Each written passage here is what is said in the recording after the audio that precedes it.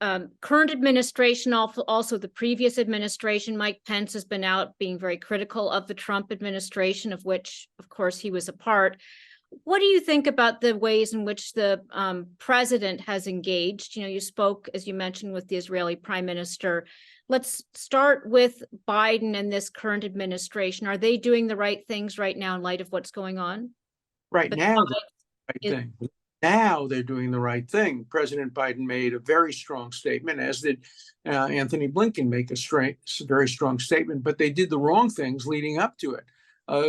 Giving $6 billion, even if it's Iranian money, what's the difference? It's money that shouldn't be given to them. It should be punitively withheld from them, like a fine for encouraging this kind of thing. Look, I'm not happy with any administration. Barack Obama hasn't said very much about these attacks. Where is he?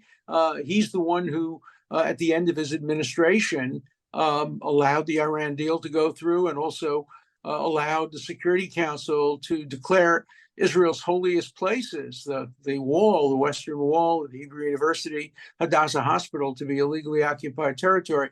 So there's plenty of blame to go around. There will be plenty of time to allocate blame. Right now, all Americans, all people of goodwill around the world should support Israel's efforts to rescue its hostages and to destroy Hamas. The only result that can come out of this thing that makes any sense is the permanent destruction of Hamas, the infrastructure, the leaders. The leaders, of course, have all escaped.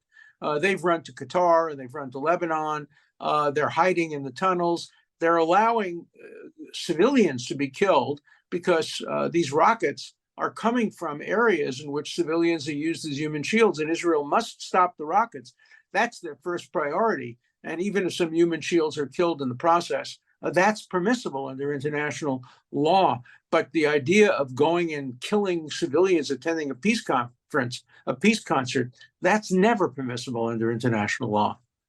About former President Donald Trump and the GOP candidates, what have you been hearing from them? Generally supportive statements from both sides, except for of course, the squad, the bigoted left-wing squad who are elected to Congress, generally have supported Hamas and have not supported the United States and Israel. But with the exception of the extreme left, Americans have been relatively united. But what worries me most is the academic response from professors, from administrators, from students, from our future leaders. They do not understand, or they refuse to accept, the difference between evil and self-defense. They are prepared to analogize, create moral equivalents, analogizing the rape of young children, the rape of women, to legitimate efforts at self-defense. The New York Times has been guilty of that. Their headlines equate the killings of innocent civilians at the concert to the inevitable deaths, collateral deaths of some people in Gaza. You can't make those equivalents. That's like apples and bicycles or apples and bombs.